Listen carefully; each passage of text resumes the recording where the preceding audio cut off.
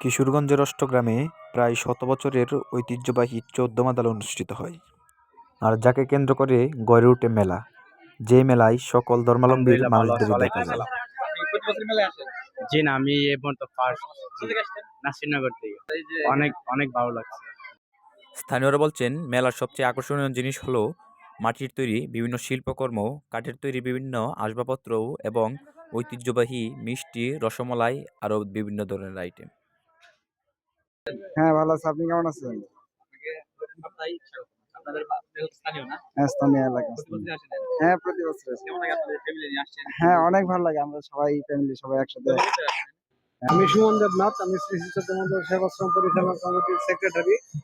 আজ গত 18 জানুয়ারি রোজ শনিবার আমাদের সবচেয়ে অত্র এলাকার ধর্মীয় উৎসব শ্রী শ্রী চৈতন্যমন্দির মহোৎসব শুরু হয়েছে। এটা 95তম মহোৎসব। এই মহোৎসবে প্রায় 30,000-এর উপরে লোকের সমাগম ঘটেছে গতকালকে। আর অনেক সুন্দর লাগতেছে। আমি মেলাটা ঘুরে ঘুরে দেখতেছি, অনেক অনেক মানুষ। হ্যাঁ, প্রতি বছর আসে।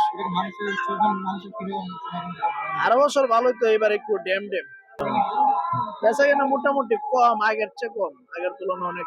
ভালো আছেন? ভালো আছে। কোথা থেকে আসছেন আপনি? আমি ব্রাহ্মণবাড়িয়া থেকে আসছি, বিজয়নগর থানা, চম্পকনগর। অষ্টগ্রামে আসছি। প্রতি বছরই আসা হয়? না, আমি শুধু প্রথম আসছি। কেমন লাগছে আপনার? ভালো লাগছে, অনেক ভালো লাগছে। নতুন আসছি, মেলাতে ঘুরছি, তাও ভালো লাগছে।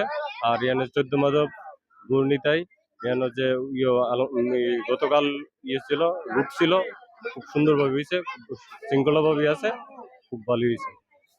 এটা মূলত হিন্দুদের হলেও ধর্ম সবাই আসে।